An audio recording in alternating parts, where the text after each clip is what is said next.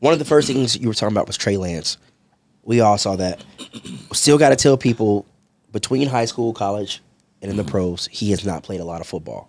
I think 17 games to be fair, yes. In college. So that's not a large sample size. It's like the, what we call it at the Costco's. Samples. The Costco's, yeah. They all good. You take those Costco samples. Oh, that's really good. When you get to the house, you realize, oh, man, they were just samples. Yeah. So he's drafted on potentials, right? And what I'm seeing here from Trey is that we need more time. I'm not trying to put him in a box. I think that Trey have an unbelievable skill set as far as his arm talent. He got a strong arm. He can put the ball and fit it where it need to be. But one of the things that he is lacking on is touch. He don't have that subtle touch on the ball. But not to hijack that segment, though. But go ahead. No, you said something great there, too. Food analogy. Like a brisket, you got to slow smoke it. Slow smoke it, yeah. He's still cooking. He's still cooking. Well, he ain't cooking yet. He's being prepared. They're prepping. It's still he ain't cooked yet. Pause is necessary, but it's still tough meat, man. I want my brisket with it. Pause. I can't deal with y'all. But no, honestly, you say he was drafted on potential, but one could even argue that he wasn't really drafted. Oh my God! Have you gone through a time of swallowing where everything was overwhelming and wait, he definitely got swallowed up in it. Trey Lance is somewhat overwhelmed right now, and at least that's what it looks like. But no, okay, so everybody keeps saying that he was drafted on potential, but if you think about it, it was just like, whose potential, right? Because it's like, if we were to take a time machine back in time, was it a secret that he didn't have a lot of snaps under his belt? No, it was not a secret. No. The type of quarterback that he is, was that a secret? No. Yet, he ends up on a team where they try him out, and then they're like, oh, well, we have to change up too much of the game plan in order to fit you in. And so he ends up underdeveloped. The injuries played a large role, right? Correct. But also because of this idea that, okay, well, we have to change up too much of the game plan. Well, you knew that before you got him. So why did you even bring him there in the first place? So for me, there's like two sides to the Trey Lance coin, and neither one of them changes the outcome. Right. So the fact of the matter is, no, he's not ready to be a QB2, much less a QB1, like what a lot of, I'm just going to say delusional Cowboys enthusiasts are trying to claim, right? Yeah, right. So not only he's very far away from that, but if he were even in another situation that was actually a better fit for him, right? Similar to maybe like a Jordan Love, like how he got to sit behind a great quarterback for a really long time before he was put out there.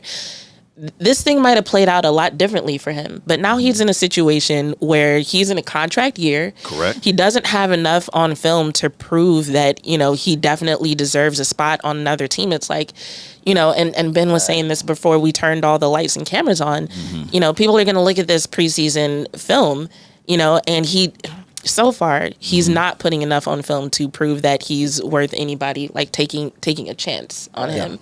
And it's unfortunate because I feel like he didn't ask to be drafted where he was drafted. He didn't ask to go to the team he went to, but that's the hand that he was dealt, and now he's having to pay for it. He's still young, though. Which is his biggest. If he can find a team to give him time, I think it'll go well. Because it's like, if you look at him, he's an athlete. Yeah. We know he has the arm strength. He has the power to throw the ball. We know he can run. But when it comes to ball accuracy, getting the ball to the right target and also making sure you get it away from defenders simultaneously. So accuracy and ball placement. Right. He needs to work on that, but that takes reps.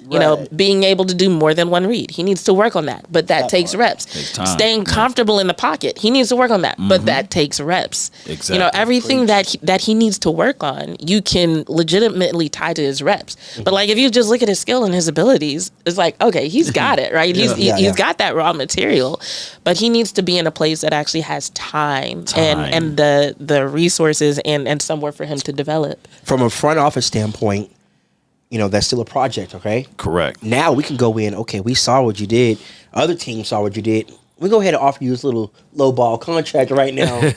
Them Jerry Jones, Stephen Jones specials, them Cap Boy special contracts they can offer him right now. They do that when the players are hurt. Correct. Or they're not fully developed. Let me go ahead and sign you now to a longer extended period while your value is not at its full potential right now. That's something I'm pretty sure the Cowboys thinking about. Honestly, NFL fan fiction, Will Greer is with the Eagles right now. and we have Trey Lance.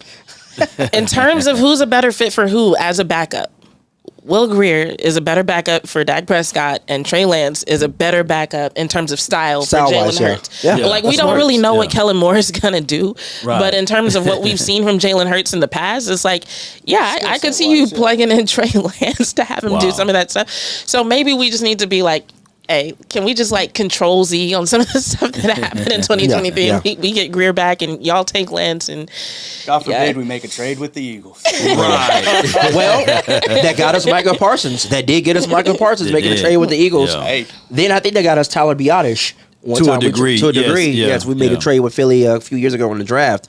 But also, too, talking back on Trey Lance, the Cowboys made that trade because they thought it would help bring leverage, trying to get Dak re-signed, or if we want to let Dak walk, we have his replacement. Look like that's kind of backfired. That's backfired in two different folds. One from the quarterback position, and we could say the running back position, because essentially that 4th round pick could have got you a decent running back, and I think in this year's draft.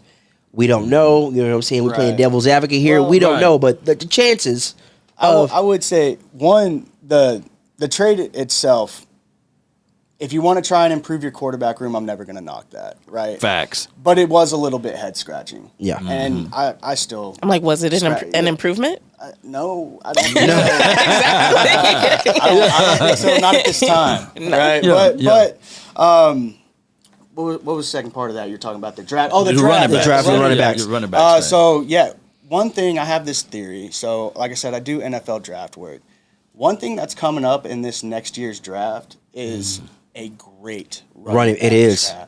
Like a great running back draft class. Who do we have? Like, break that down real quickly if you can. Well, you can look at Ollie Gordon, the current Doak Walker Award winner, best running back in college football. Is he Oklahoma State or is he out again? Oklahoma State. Yep. He had an ungodly amount of numbers. I don't know off the top of my head. Ashton Jainty's another one out of Boston College, who's a guy to keep your eye on. Ohio State has 2 of them. Yeah. And Quinshawn Judkins, who just transferred from Ole Miss. Travion Henderson came back off an injury to play for another year. They're both probably better than anything that was in last year's draft class. Jaden Ott and Amarion Hampton out of UNC. So, anyways, all of those guys, I'd say you could make a claim or a case to stand on that they might be better than anything that was in last year's draft class. So, I think the Cowboys might have known that. Which might be why they didn't. Yeah, but here's the only thing. I'm in the mindset of winning now, right? And you try to win for 2025, and then you got to do contracts for any of the quarterbacks that you have here. Right. On top of that, we still got to get CD paid, and next year is going to be rolling around with Michael Parsons. So I'm in the now moment, in the mode of what can we do for 2024. Now, granted, I think that the Cowboys do a wonderful job in drafting and finding guys, but the problem is my number one problem with the Cowboys. Sense of urgency. I think that we can still win 13 games or 12 games, and I sound delusional to a degree. Every year around this time, I sound delusional when I say that, hey, the Cowboys can win us 12 or more games. And granted, we right at 12 every year, and at the first part of the year, he's crazy. But on the back end of the year, the expectations are, hey, we should win the Super Bowl. And that's where our problem been. But go ahead, bro. Yeah, with the rest of the conversation. Yeah, pass the law over here. Oh, come on with it. Man, I think get off the island. Yes. Most of the fan base agrees with you. I mean, that's just how it works. That's how that ball rolls, man. Yeah. Okay, so let's dive back into this first preseason game. All right.